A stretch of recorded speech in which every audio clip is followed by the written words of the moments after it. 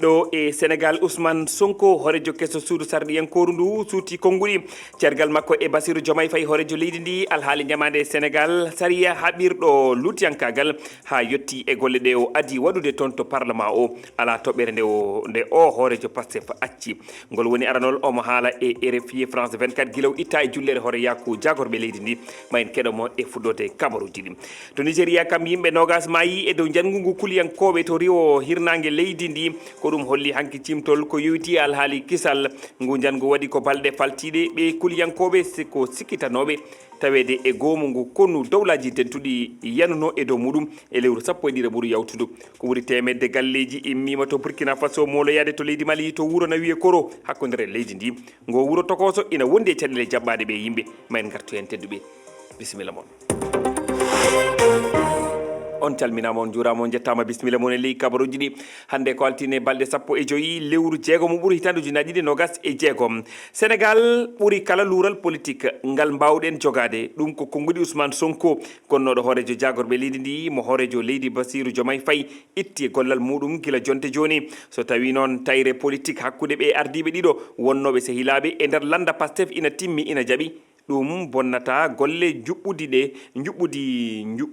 ɗe ko noon holliri Ousmane Sonko ardiɗo suudu sardiyankoru ndu o yewtidi e RFI e France 24 keɗoɗen mo.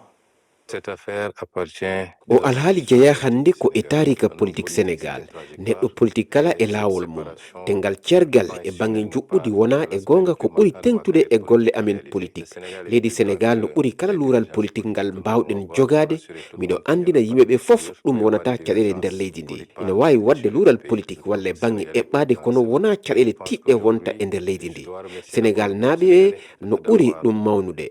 ko kadi miɗo sikki hannde miɗo foti jaarude ɓiɓɓe Sénégal ko waɗi fof sabu wadde hoolare mumen e candidat mumin hoore am mi cuɓi caggal ɗum hestintinde nde hoolare rokkude men député ɓe kewwal e nder suudu sardiyankoru kadi e toɗɗade lal ngam ardade ndun suudu sardiyankoru mami jokku sembinde darde am fof ngam rokkudedu darde nde du foti jogade caggal ɗum miɗo sikki laamu ngu ma wad ko foti wadde e less sardiji ɗosde leydi ndi rokkingu